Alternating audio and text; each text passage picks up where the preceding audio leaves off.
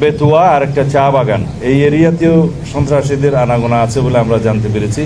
এখান থেকেও তাদেরকে উচ্ছেদ করা হবে। এখানে কিছু আমরা বাস্তব চিত্র, ড্রোন চিত্র, সড়ক যোগাযোগের চিত্র এগুলো দেখেছি। কিছু সরকারি সিদ্ধান্ত জানিয়েছি যেগুলো বাস্তবায়ন হবে।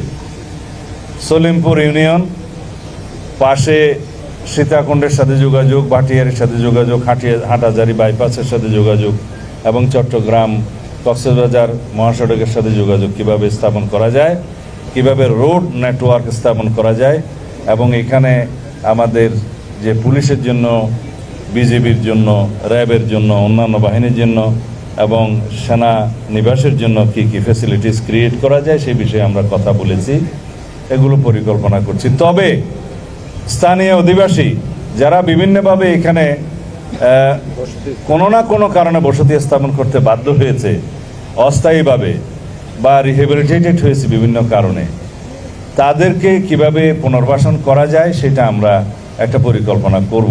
তাদের কাউকেই এখান থেকে আপাতত উচ্ছেদ করা হবে না। আমরা জনগণের সরকার, জনগণকে কমফর্ট দেওয়ার জন্য আমরা আমাদের সমস্ত পরিকল্পনা করব। সুতরাং কেউ যদি এখানে ভীতির সৃষ্টি করতে চায় যে উচ্ছেদ করা হবে ইত্যাদি করা হবে, তারা যেন প্রশাসনের সাথে আগেই যোগাযোগ করে। এখানে কারাগারের একটা স্থাপনা অনেক বছর আগের থেকেই ঝুলে আছে, যেটা চট্টগ্রাম কারাগারকে শিফট করার, সেইটা একটা খাস ল্যান্ডের মধ্যে বাইজুদ্দিন লিংকের আশেপাশে, যেখানে এখনও আবাস নাই, বসতি নাই, সেই জায়গাটা চিহ্নিত করে সেটা মোটামুটি ডিমার্কেটেড করা হয়েছে। জেলা প্রশাসন সেটা ব্যবস্থা নেবে বুঝিয়ে দেওয়ার জন্য। এটা প্রশাসনিক অনুমোদন অনেক আগেই দেওয়া হয়েছে। আপাতত এইটুকু। আমরা আপনাদের সবার সহযোগিতা চাই। এই আলীনগর, জঙ্গল, সলিমপুর এই জায়গাটা আর কোনো বিচ্ছিন্ন সন্ত্রাসীদের এলাকা থাকবে না, অভয়ারণ্য থাকবে না।